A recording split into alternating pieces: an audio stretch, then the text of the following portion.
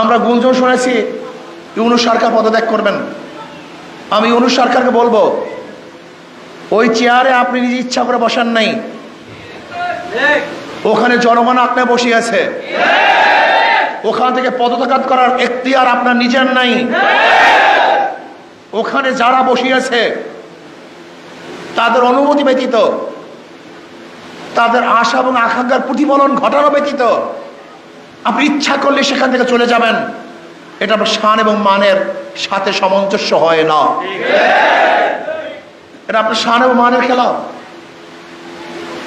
জনগণ তারা মুক্তি পাওয়ার জন্য, স্বাধীনতা অর্জন করার জন্য, শান্তি পাওয়ার জন্য, নিরপেক্ষ নির্বাচন উপহার দেওয়ার জন্য, বৈষম্য দূর করার জন্য, গ্রহণযোগ্য নির্বাচনের জন্য আপনাকে ওখানে বসিয়েছে।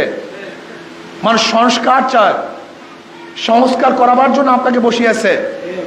আপনি ইচ্ছা করলে পদত্যাগ করবেন, ইচ্ছা করলে ছেড়ে যাবেন, ইচ্ছা করলে গদি ত্যাগ করবেন। আমরা জানি আপনি চান না, কিন্তু এখানে চাওয়া এবং না চাওয়ার আপনার ব্যক্তিগত বিষয় নয়, আপনার ওখানে থাকা এবং না থাকা করে বাংলাদেশের জনগণের বিষয়, দেশের বিষয়। কাজে ইউনূস সরকারকে বলবো, কোনো অবস্থাতেই আপনি এমন সিদ্ধান্ত নেবেন না যে সিদ্ধান্তের মাধ্যমে ভারত খুশি হবে, ভারতের প্রত্যেকটা জনগণ হাসবে, মোদী সরকার খিলখিল করে হাসতে থাকবে। এরকম সিদ্ধান্ত আপনি নেবেন না, বরং আপনি এরকম সিদ্ধান্ত নেন যার মাধ্যমে বাংলাদেশের মানুষ স্বাধীন হবে, স্বাধীনতা ভোগ